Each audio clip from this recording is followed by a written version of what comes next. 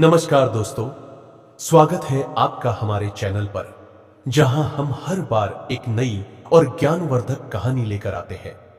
आज हम आपको एक ऐसी गूढ़ और दिव्य कथा सुनाने जा रहे हैं जो सीधे सीधे भगवान श्री कृष्ण के श्रीमुख से निकली। यह कथा है मनुष्य का भाग्य कब लिखा जाता है, और यह कथा हमें गरुड़ पुराण से प्राप्त होती है।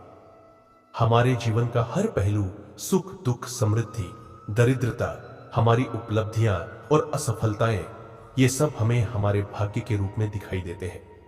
बहुत से लोग यह सोचते हैं कि हमारा भाग्य पहले से तय होता है, जबकि कुछ लोग इसे अपने कर्मों से जोड़ते हैं।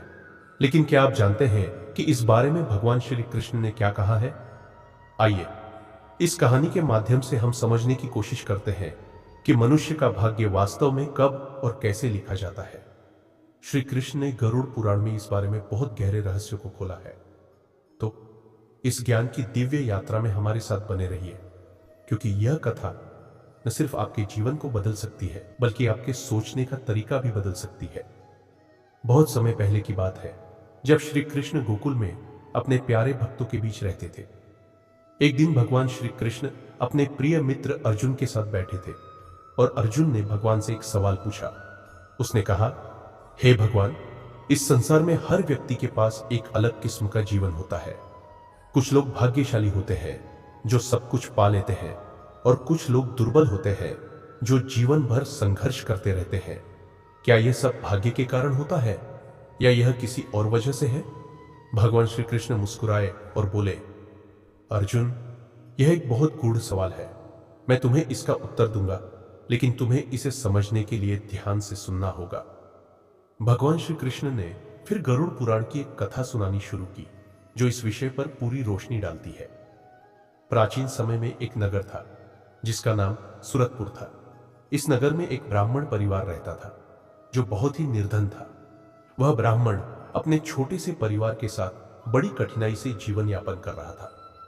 ब्राह्मण का नाम गोपीनाथ था। वह नित्य ब्राह्मण धर्म का पालन करता था, शास्त्रों का अध्ययन करता था और हमेशा दूसरों की भलाई की कामना करता था। फिर भी उसकी जिंदगी में कोई विशेष सफलता नहीं आ रही थी। एक दिन गोपीनाथ ने भगवान शिव से प्रार्थना की।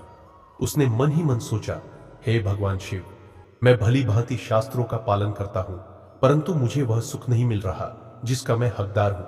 क्या मेरी किस्मत ने मुझे हमेशा के लिए कष्ट में डाला है? क्या ऐसा हो सकता है कि मेरे साथ हमेशा दुख ही रहे? भगवान शिव ने उसकी प्रार्थना सुनी और उसे एक दिव्य दर्शन दिया। भगवान शिव ने गोपीनाथ से कहा, ब्राह्मण, तुम्हारा भाग्य तुम्हारे साथ पहले से लिखा हुआ है, लेकिन तुम्हारे कर्मों में एक विशेषता है जो इसे बदलने की शक्ति रखती है। यह कर्म ही वह कारण है जो तुम्हारे भाग्य को गढ़ता है। कोई भी व्यक्ति बिना अपने कर्मों के बिना अपने भाग्य को नहीं बदल सकता। भगवान शिव की यह बात सुनकर गोपीनाथ ने सोचा, अगर मेरे कर्मों में ताकत है तो मैं अपना भाग्य कैसे बदल सकता हूं? यह सवाल गोपीनाथ के मन में बार बार उठता रहा। एक दिन भगवान श्री कृष्ण का संदेश गोपीनाथ तक पहुंचा। भगवान श्री कृष्ण ने उसे समझाया कि किस तरह एक व्यक्ति अपने भाग्य को बदल सकता है। भगवान श्री कृष्ण ने कहा, गोपीनाथ, तुम्हारा भाग्य वही है जो तुम्हारे कर्मों का फल है। जब तुम पुण्य के कर्म करते हो तो तुम्हारा भाग्य भी उत्तम होता है, और जब तुम पाप करते हो तो तुम्हारा भाग्य तुम्हारी निंदनीयता के रूप में सामने आता है। का लेखा हमेशा तुम्हारे कर्मों से जुड़ा हुआ है। गोपीनाथ ने भगवान कृष्ण के इस ज्ञान को ध्यान से सुना और समझा। उसने फैसला किया कि अब वह केवल अच्छाई और पुण्य के रास्ते पर चलेगा। उसने ब्राह्मण धर्म का पालन और भी सच्चे मन से करना शुरू कर दिया। कुछ समय बाद गोपीनाथ की किस्मत ने पलटी मारी। उसने देखा कि उसका जीवन पहले से कहीं अधिक समृद्ध और सुखमय हो गया।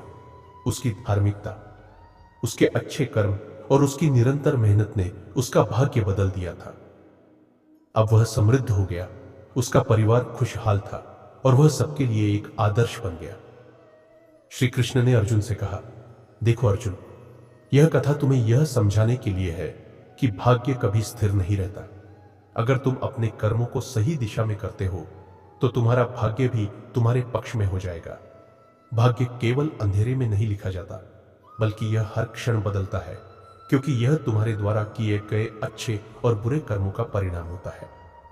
इसलिए जब तुम अपनी जिंदगी में किसी भी कठिनाई का सामना करते हो तो उसे भाग्य का दोष न दो, बल्कि यह सोचो कि क्या तुमने सही कर्म किए हैं या नहीं।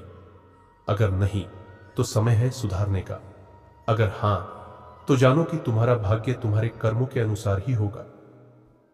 तो दोस्तों, भगवान श्री कृष्ण ने हमें यह सिखाया कि भाग्य स्थिर नहीं है, यह हमेशा हमारे कर्मों के अनुसार बदलता रहता है। अगर हम अच्छाई की राह पर चलते हैं तो हमारा भाग्य भी हमारे पक्ष में होगा। इसलिए हमेशा अच्छे कर्म करने का प्रयास करें और अपने भाग्य को बदलने की शक्ति खुद में खोजें। आज की इस कथा से इतना ही। अगर आपको यह कथा पसंद आई हो तो कृपया इस वीडियो को लाइक और शेयर जरूर करें, और हां, हमारे चैनल को सब्सक्राइब करना न भूलें ताकि आपको इसी तरह की और ज्ञानवर्धक कहानियां मिलती रहें। धन्यवाद। जय श्री कृष्ण।